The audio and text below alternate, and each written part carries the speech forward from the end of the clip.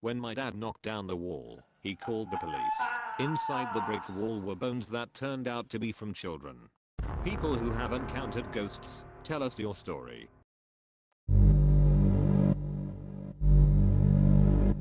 I was camping with my husband and his family at a small remote lake in our state. Our state, NM, has always had many stories of paranormal activity just about everywhere. Well, on this camping trip, there were about 10 of us off the shore of the lake, and one other group of people camping, maybe like 6 of them, at the next site over off the shore. It was nighttime and both our group and the other were doing typical activities, making s'mores, having a few drinks, telling stories, when all of a sudden we all heard what sounded like a little girl yelling out for help. The other group of campers asked us if we had any children in the group. We didn't. Neither did they. But we were all positive we were hearing a little girl, and decided to search the area we heard the noises from together. Rather quickly we found something. There was a field behind our campsites, and we all saw a very tall, pure white figure standing maybe 100 foot away from us in the field, making the noises. We all agreed this thing looked maybe 6 feet tall, skinny, and white as can be. Everyone got quiet, but we were all together still, and made our way closer to investigate. Whatever it was that we saw started backing off as we got closer, until it disappeared beyond some trees. Every single person in both campsites was freaked out by this, and that night, while we tried to sleep, we continued to hear those little girl calling for help sounds. It gives me chills to think back on this. This is the most negative experience I've ever had. Shortly after college, I got married. We immediately moved into a crappy basement apartment, because that's all that was available close to my work within our budget. Being poor just out of college, this place was like some straight poltergeist stuff. My wife, having never experienced anything, was scared. Whatever resided there with us made it clear it wanted to live alone. Dishes, glasses, etc. would fly off of shelves. My wife was hit several times. There was always an ominous feeling, as though you were being angrily stared at. At night when you walked through the apartment in pitch black there would be insanely bright flashes of light that would illuminate the entire room. Think of a camera flash times 10. You would be walking through the house, and feel yourself being pushed from behind, someone trying to push you down.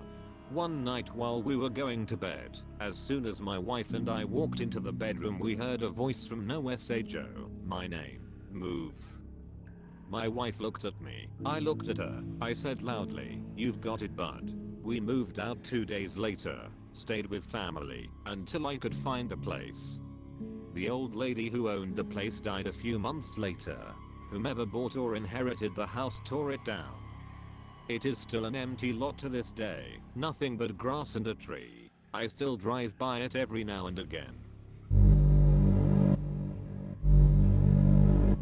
I worked as a forensic nurse in a lockup unit in the hospital once with state and county inmates. Had one older / demented lady who swore she was being haunted / abused by a demon she would call Tiberius. So many crazy things happened whenever she was there, like we'd go into the room, do normal care, leave, and seconds later she'd start screaming bloody murder, and we'd run into the room to find her looking like she'd been in a fight with a boxing champ. Bloody lip, black eye, markings all over her body. No one ever saw her doing this stuff to herself. Things would get moved around the room by themselves, like at one point she was in protective restraints, because the doc thought she was hurting herself. There was no way she could have moved or done anything to herself while in these restraints, but new marks would always appear, or her tray / cart would be across the room. The room was secure so there was no way someone else was doing this. You'd ask her questions and she'd just say it was Tiberius. After she was discharged we always had trouble with that room. If there was going to be a rapid response or code, it happened in that room. One of the guards reporting that lights were going on and off in a room, it was that one. Until a few years ago I still had a flip phone. One day I got a random call asking for some girl named Sarah. I told them they had the wrong number, and they hung up. For the next few months, I would get these calls asking for Sarah about once or twice a week, coming from different numbers and different sounding people. Sometimes these calls came at 3 in the morning. One day I got a call, and, like usual, I said I didn't know Sarah. After they hung up, I went to my contacts and hit redial. The answering machine said that number did not exist. I went back through my call history trying to call some other people that had called me with the same result, a machine telling me the number did not exist. Every time I would get these calls I would redial the number and still got the machine. I googled the numbers, but all I learned was that they were coming from North Dakota, Montana, basically everywhere in the Midwest. The next time I got a call asking for Sarah, I said, "Oh yeah, she is right here." And the other person on the other end said no she isn't, and hung up. Things started getting weird when I started getting calls from unknown numbers calling me. Whoever or whatever on the other end hung up the second I said hello. Once I got a call where they didn't hang up after I said hello, and I could hear someone was on the other end just listening, but they didn't say anything, just something really uneasy about it. When I was 7, I suddenly awoke in the middle of the night to a young child kneeling near my bed praying. At first I thought it was my younger brother, so I asked him what he was doing. After I asked, he slowly looked at me, and I realized it was not my brother. He stood up and started running, so I hopped out of bed and followed him down my stairs and out my front door. We had a long driveway, and I followed him all the way to the end, and then he simply vanished. I went back to my room and nothing like that has happened since. When I was 3, my parents moved us into a new neighborhood. The house was nice, but kind of old. The neighborhood was an old 50s tract home area, so it had a pretty varied group of people living there. As soon as we moved in, my dad started noticing weird things with me. He would hear me giggling and laughing in my room, and whenever he went in and asked what was so funny, I would tell him that the kids were being funny. He would also come in to wake me up and find me curled up in the closet. This happened over and over again, but my parents didn't think much of it because I was a pretty imaginative kid. The thing that wigged them out the most was that I flat out refused to walk out the front door. I would scream and yell and cry until one of my parents carried me in and out of the house. When you walked in the front door, to the right there was a closet, and to the left there was a low brick wall that separated the front door from the living room. It was about 4 feet high and about 3 feet long. Just a room divider, but I never touched it or wanted to be near it. After we had lived there for a few months, my dad started making some renovations to the house. Among them was demolishing the wall. My parents dropped my brother and I off with our grandparents the day they were going to do it, so that we wouldn't be underfoot. We didn't end up going home for a week. When my dad knocked down the wall, he called the police. Inside the brick wall were bones that turned out to be from children. The cops never did figure out who put them there. The house had been owned by a lot of people, many of them who had rented it out, so it's just one of the many weird things that happened in my town that was never figured out. In Cambodia, the Khmer Rouge were ruthless. Often, families got separated, and because of that my father's parents knew they had to get my father far from what was going to happen, as they were rudely awakened by Khmer Rouge trying to get in the house. My father could hear his parents constantly shouting at him to run, so that he wouldn't have to see what was going to happen if he stayed around any longer. My dad told me this was the hardest thing he ever had to do in his life. He ran from the thickest forest of Cambodia to make his way to Thailand.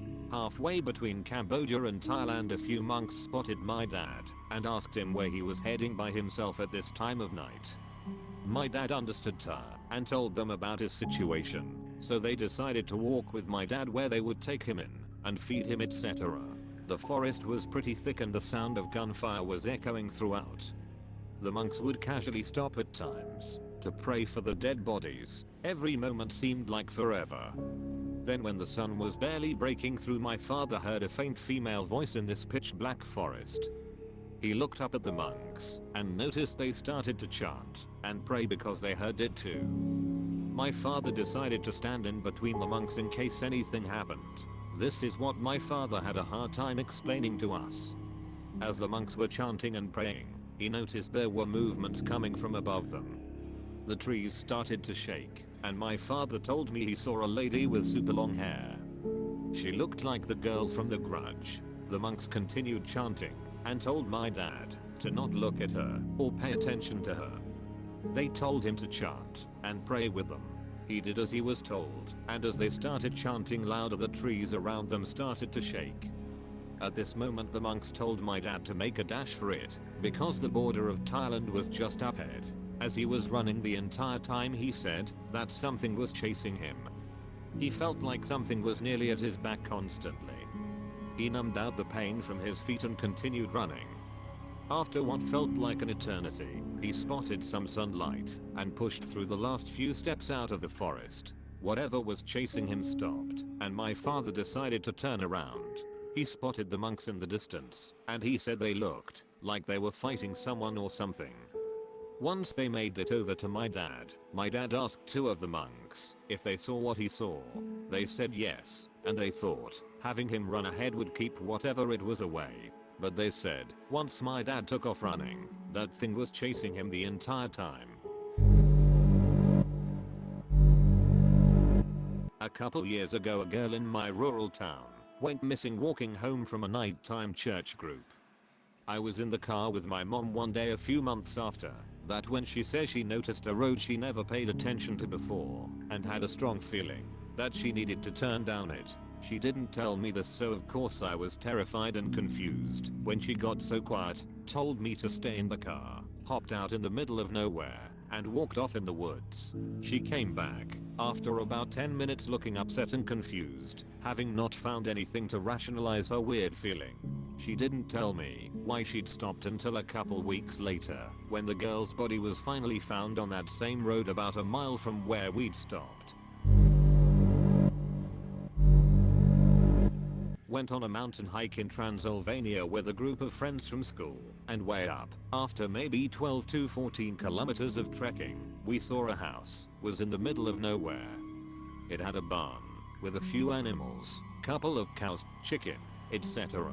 As we get closer, we see a few people, a guy and 5 to 6 women.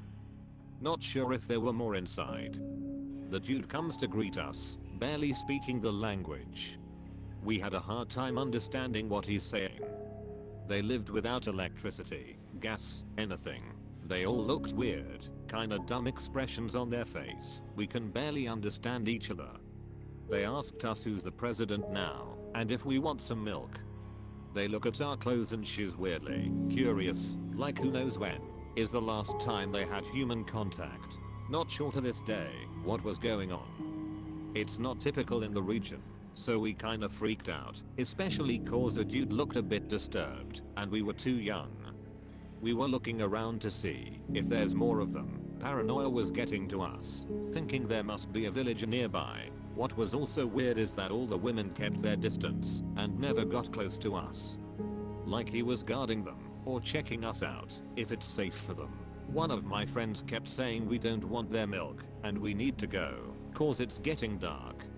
We walked calmly for a while, then when we thought we were out of their sight, bolted like crazy out of there. Needless to say, we camped after a few hours, and we always had one person awake to keep watch. We told people that were living in the villages near that area about the mountain people, and they didn't believe us. They said nobody lives there, up in the mountains. Check out some of the other videos, if you haven't already.